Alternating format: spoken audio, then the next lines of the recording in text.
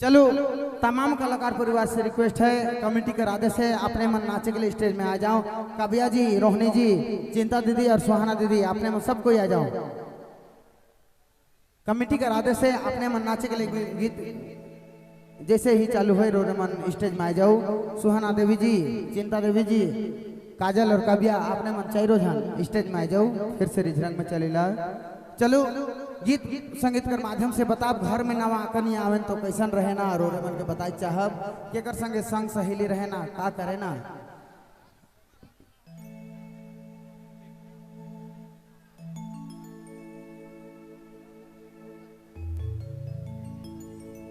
हुस्न के चांद और जवानी के कमल कहना,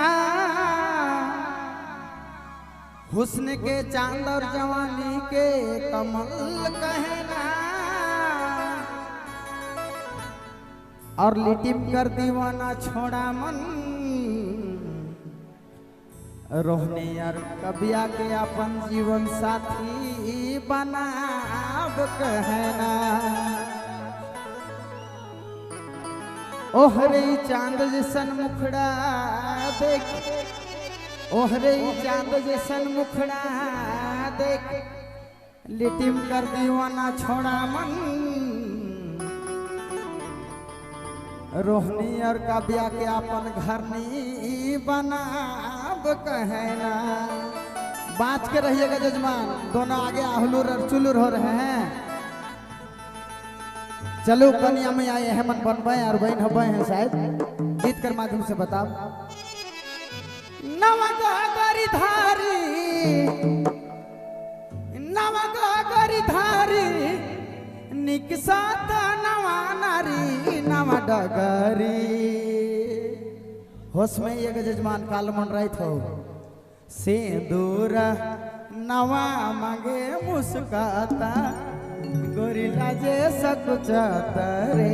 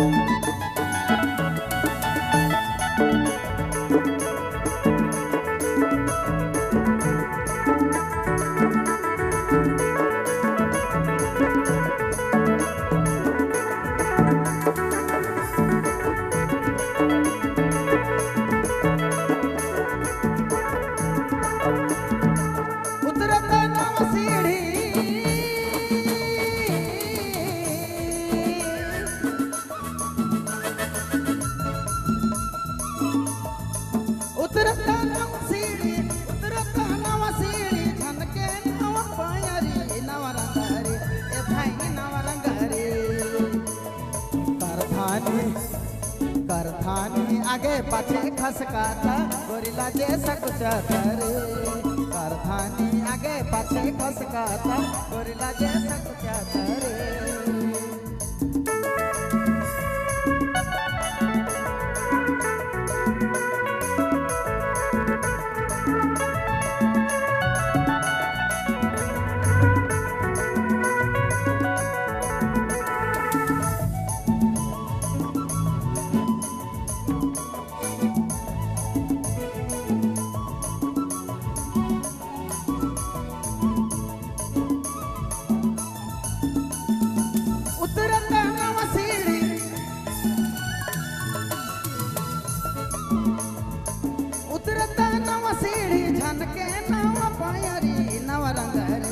भाई नवरंग रे करधानी आगे पाछे खसकाता गोरिला जे सकजाता रे करधानी आगे पाछे खसकाता गोरिला जे सकजाता रे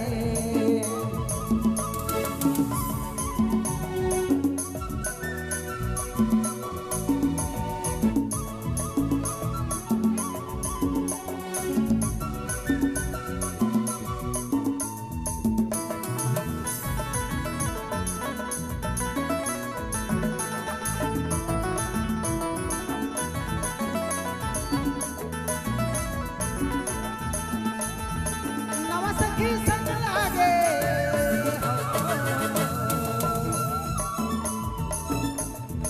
नवा सखी संग लागे नवा सखी संग लागे छोटकी ननद आगे चलत रे ए भाई चलत रे नवा सखी संग लागे छोटकी ननद आगे चलत रे ए भाई चलत रे समरी समरी पगुढारता गोरिला जे सकजाता रे समरी समरी पगुढारता गोरिला जे सकजाता रे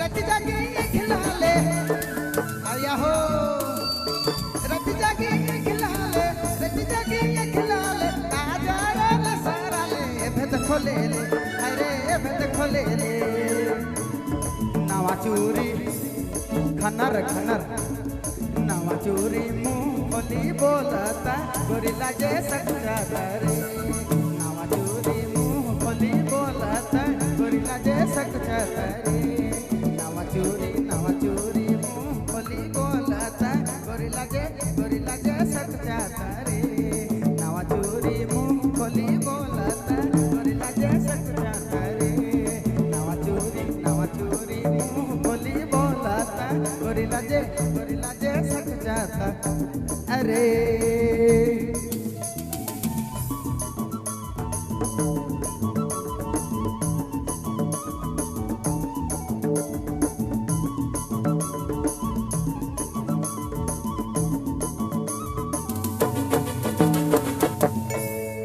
बहुत बहुत धन्यवाद।